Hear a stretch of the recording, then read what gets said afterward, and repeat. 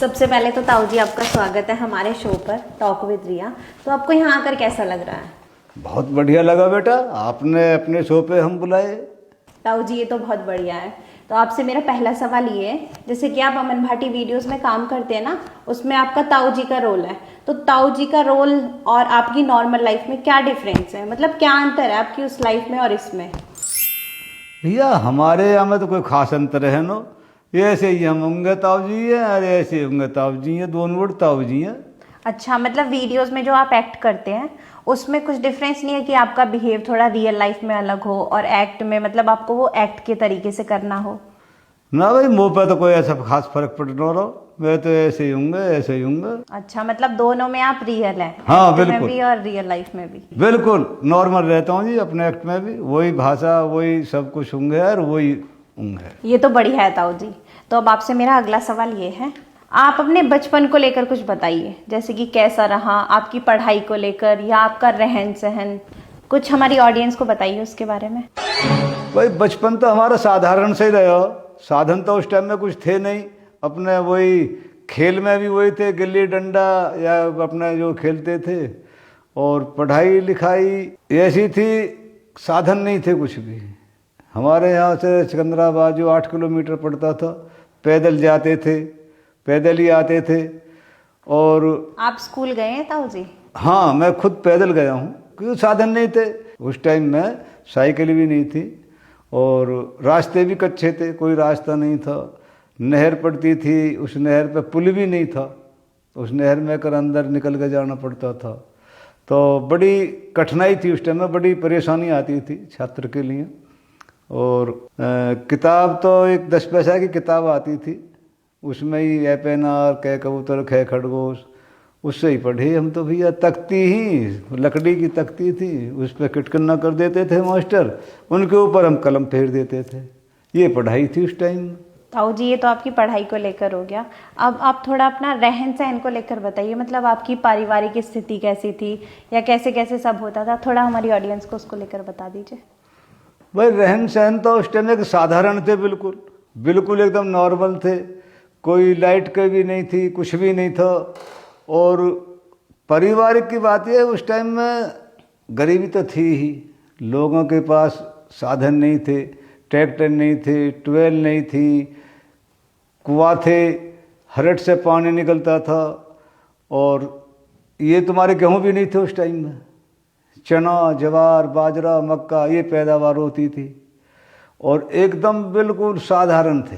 रहन सहन कच्चे मकान थे, झोपड़ी थी, झोपड़ी बना लेते थे, कच्चे मकान थे, उसी में रहन सहन था। और सर्दी में जो हम ईख बोते थे वो कोल्हू में पेली जाती थी। हमारी आधी सर्दी तो कोल्हू के जो भट्टी होती थी उस पर हाथ सेकने में ही निकल जाते थे। कोल्हू किसे कहते हैं? कोल्हू कहते हैं भाई जो गन्ने से रस निकालता है और उस रस से जो गुड़ बनाते थे, कढ़ाव होते थे बड़े बड़े, उसमें गुड़ बनता था। जो आज हम वो खाते हैं वो हम अपने घर बनाते थे, बाजार से नहीं लाते थे। आज हमें बाजार से लाना पड़ रहा। तो उस टाइम को और इस टाइम को तो बहुत फर्क है भाई, रहन सहन में भी, खान पीन में भी। ताऊ जी जैसे ये चेंजेस आए हैं तो मतलब आपको क्या लगता है, ये सही है या मतलब आपके हिसाब से पहले वाला जीवन ही बढ़िया था?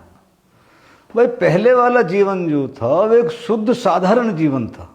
उस टाइम में कोई छल कपट नहीं थी, ना कोई बीमारी थी, सादा खाने थे, सादा पहनने थे। जब हम छोटे छोटे थे तो जो कोली होते हैं, जिसे हम बुनकर बोलते हैं, वो हाथ से बुनते थे और उस कपड़ा को हम पहनते थे। उसके बाद में एक कपड़ा चला, उसको बोलते थे टेरालीन। अच्छा। और उसके बाद आया फिर उसको बोलते थे पॉलिस्टर। तो जब जिसने गांव में अगर किसी बच्चे को पॉलिस्टर की अगर कमीज या पजामा बन गया तो वो गांव का सबसे बढ़िया सबसे अमीर लड़का माना जाता था। उस दिन जमाने को इस जमाने को बहुत फर्क है। उस जमाने में प्यार बहुत था, हर आदमी की इज्जत करता था, बहन बेटी अपने घूंघट पर्दा में रहती थी, कोई भी बदतमीजी नहीं थी। और आज तो हमारे समझ से आज का जीवन उस जीवन की तुलना में खराब है। हम नहीं मानते इस जीवन है जीवन। क्यों? गेहूं में खाद, मक्कान में बाजरे, कोई सब्जी ऐसी नहीं है जिसमें यूरिया ना हो, खाद ना लग रहा हो। पहले गोबर का खाद गिर देते, शुद्ध खाना होता था। गेहूं पैदा नहीं होता था हमारे यहाँ पे, गेहूं ऑस्ट्रेलिया से आता था, दनकौर स्टेशन पे बटता था, यहाँ से लाइन लगती थी लोगों की, किसान जाते थे 5-5 किलो गेहूं वहाँ से ले आते थे, उसे फिर चक्की पे, हाथ की चक्की पे पीसते थे, हाथ की चक्की थी। तो भैया पहले जीवन बहुत शुद्ध था। अच्छा ताऊ जी, तो जैसे अभी आपने बोला था कि उस टाइम पे बहुत ज़्यादा कठिनाई थी, मतलब प्रॉब्लम्स आती थी, तो आज के टाइम में तो बहुत ज़्यादा फैसिलिटीज़ है, फिर तो वो सही हुआ ना हमारे लिए। नहीं, कठिनाई तो थी, लेकिन उसके साथ में हमारा जो स्वास्थ्य था वो बहुत अच्छा था। ये भी आज जितने भी सुख साधन बढ़ रहे हैं उतना ही हमारा स्वास्थ्य जो गिरता जा रहा है, उम्र घटती जा रही है और बीमारियां बढ़ती जा रही हैं। जब उस टाइम में कोई पथरी नहीं थी, किसी को कैंसर नहीं था, ब्लड प्रेशर नहीं था, शुगर नहीं था, ये बीमारी सब जो जितने भी सुख साधन हुए हैं उसी पे निर्भर करती है, उसी से लगी है ये। उस टाइम में कोई बीमारी नहीं थी। जब हम छोटे छोटे थे गन्ना चौंकते थे, जूस पीते थे गन्ने का, पथरी होती नहीं थी। खाना और भी बहुत सिंपल था, बहुत सिंपल था। सर्दियों के दिनों में खेत में चले गए, चने के होड़ा कर लिए, मटरा के होड़ा कर लिए, 2 गन्ने चौंक लिए, गाजर खा ली, झिक गए, आगे अपने सो गए। साग रोटी का खाना था, मक्का की रोटी, बाजरे की रोटी, ज्वार की रोटी, चने की दाल। तो अब तो भैया जब को अब को बहुत धरती आसमान के फ़र्क है। सब्जी नहीं थी उस टाइम में गाँवों में, बहुत कम, जो अपने किसान ने थोड़ी बहुत अपने सब्जी कर ली वही होगी। और अब तो भैया तुम देख रहे हो खुद आज की पोजीशन क्या है। पहले बारात जाती थी 3 दिन रुकती थी बारात, 3 दिन। अच्छा हाँ जी। और जो बाराती घर से जाते थे वो अपना बिस्तरा साथ लेके जाते थे, वहीं रहने के लिए, वहीं रहने के लिए। गाड़ियों से बारात जाती थी, बैलगाड़ी से, बुग्गी भी बाद में बनी है, बैलगाड़ी से जाती थी।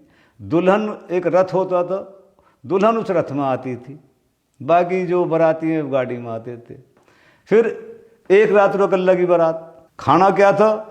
चावल शक्कर, देसी घी। उसके बाद में फिर बूरा चावल चल गए। अच्छा, बहुत शौक से खाते थे घी और बूरा चावल। और आज चावल है हम शौक में खा रहे हैं। उस टाइम में गेहूं की रोटी नहीं थी। आज गेहूं की रोटी से हम इतने झुके हुए हैं कि बारातों में मक्का की रोटी और साग है बड़े चाव से खा रहे हैं। चना नहीं है अब, उस टाइम में चने बहुत थे। तो भैया पहले को और अब को तो बहुत धरती आसमान का फर्क है। सन 60-62 के लगभग की बात होंगी ये, हम छोटे ही थे। तो हमारे घर पे एक रेडियो आई थी मेरठ से, फिलिप्स की रेडियो थी। तो उसमें एक प्रोग्राम आता था, देहाती प्रोग्राम, वागू बोलते थे देहाती, 6:20 पर आता था। तो उसमें एक मस्तराम गायक था, वो रागनी जब गावे तो उसकी रागनी सुनने के लिए पूरा मोहल्ला इकट्ठा हो जाता था। अच्छा, गांव में एक ही रेडियो आया था? एक ही रेडियो था हमारे पास में, और किसी के पास रेडियो नहीं थी। चारा काटने की मशीन, जो बैलों से चारा काटने की मशीन चलती थी, सबसे पहले वो हमारे लगी थी। हाथ से जो न्यार काटते थे, चारा काटते हैं, वो गांव में सबसे पहले हमारे लगी थी। किसी के पास नहीं थी। अच्छा, उस टाइम पे मतलब किसी के पास नहीं थे, टीवी भी नहीं थे, कुछ नहीं थे जी। साइकिल सबसे पहले गांव में हमारे पिताजी लेकर आए थे। तो उस साइकिल को आप यकीन नहीं करोगे, कई गांव के लोग उस साइकिल को देखने आए थे। अच्छा, मतलब उनको ऐसे लगा होगा ना कि नई चीज आई है। हाँ जी, हाँ जी, हाँ, इसीलिए आए थे जी, देखने के लिए। अच्छा ताऊ जी, फिर हम अब अपने अगले सवाल की तरफ बढ़ते हैं। आपसे मेरा अगला सवाल ये है, अमन भाटी चैनल पर जुड़ने के बाद आपकी लाइफ में क्या क्या बदलाव आए? वह देखो, चैनल पे जुड़ने के बाद तो कई बदलाव आए हैं, मैंने खुद ने महसूस किया है। पहले हमको ज़्यादा से ज़्यादा 1-2-4 गाँव में जानते थे, जानकारी नहीं थी। और इस चैनल पर जुड़ने के बाद मुझे कई बदलाव महसूस हुए। जैसे कि अब हम कहीं चले जाते हैं, गिरिराज जी परिक्रमा में लगाने चले जाते हैं, तो वहाँ बहुत लोग पहचान लेते हैं, दूर से पहचान लेते हैं, और ताऊ जी राम राम, ताऊ जी राम राम। तो हम पहली बात तो कई बात कन्फ्यूज हो जाते हैं कि यार इनसे तो मिले नहीं, यार ये हमें पहचानने हैं। अभी मैं काली खोली गया तो एक भंडारा लगाया, भंडारे पे खड़ा मैं, वहाँ आपको विश्वास नहीं आएगा, कम से कम कई सौ लोगों ने मुझे पहचाना, आए मेरे साथ फ़ोटो खिंचवाया। तो मुझे भी बड़ा अच्छा लगा, बहुत ही मतलब कि ऐसा लगा कि भाई ये पहचान बन रही है। और थोड़ा यूनिक सा एक फेम बन गया ना वीडियोस में जाने के बिल्कुल बाद। बिल्कुल आप सही कह रहे हो। और फिर थोड़ा सा एक मनोरंजन का भी साधन है हमारे लिए। इस उम्र में हम कन्फ्यूजन में रहते हैं घर पे, बच्चे की टेंशन, बहुओं की टेंशन, कई टेंशन हो जाती हैं। और जब हम इस चैनल में जुड़ गए जब से थोड़ा सा हम लाइफ में कॉमेडी वगैरह, हाँ कॉमेडी भी करते हैं, फिर थोड़ा रिलैक्स भी हो जाते हैं, थोड़ा सा दिमाग जो है सही हो जाता है, हंस लेते हैं, बच्चे के साथ बैठ के बोल लेते हैं, तो थोड़ा सा मतलब काफ़ी बदलाव महसूस कर रहे होंगे इसमें।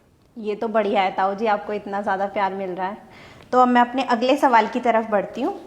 आपसे मेरा अगला सवाल ये है, जैसे कि आपकी टीम में है चाचा खालिद, चाचा आदमी, बाबा श्यामलाल, तो इनको लेकर आप कुछ बताइए, इनका व्यवहार कैसा रहता है? मतलब ये वीडियोस में रहते हैं ना थोड़े ज़्यादा कॉमेडियन जो रहते हैं, थोड़ा बताइए इनके बारे में। भाई इनके व्यवहार में चाचा श्यामलाल भी तेज आदमी है, बहुत बुद्धिजीवी आदमी है, बहुत आगे की सोच के काम करे। और खालिद तो है ही मक्कार, हो तो हमेशा मक्कारी ही करते रहे, वहाँ के पास में चुगली चौटी सुबह अलग है, मक्कारी सुबह अलग, कोई काम नहीं है। और ये जो हमारे आदमी जी हैं ये सीधे हैं, ये तो बेचारे कुछ भी कह लो, इनको कैसे कर लो, कहेंगे कि मोड़ लो। अब इनके बारे में और क्या बताया जाए। आपकी किन से ज्यादा बनती है, चाचा आदमी से, खालिद से, या फिर बाबा श्यामलाल से? बस देखो मेरा नेचर तो ऐसा है भैया कि मैं तो तीनों से ही अपना कंधा मिला लेता हूँ, जैसा मौका देखता हूँ वैसे ही बरत लेता हूँ। मेरा तो खालिद से भी जो रंग खा जावे, और आदमी से भी, और चाचा श्यामलाल से तो खैर खाई जाए, तो मतलब हमारी बात सबके साथ आप बना के रखते हो। उम्र हमारे चाचा श्यामलाल तो हम उम्र है ना, थोड़ा सा वैसे भी चल जावे जो। ताऊ जी आपके साथ बात करके बहुत अच्छा लगा, हमें बहुत सारी हमें बातें पता चली पुरानी के, जैसे क्या क्या होता था, या नई नई चीज़ें पता चली हैं हमें। तो आपका बहुत बहुत धन्यवाद हमारे शो पर आने के लिए। अब आप हमारी ऑडियंस को बताइए आपको यहाँ आकर कैसा लगा? भैया बहुत बढ़िया लगा, इन्होंने अपने इसमें बुलाया, बहुत अच्छा लगा। और भैया हमारी ओर से सभी को राम राम। और ताऊ जी से अगर और नई चीज़ें जाननी है पुराने टाइम की, तो आप हमें कमेंट्स करके ज़रूर बताएं। अगला एपिसोड अपना इसी विषय पर ज़रूर कंटिन्यू करेंगे। Thank you.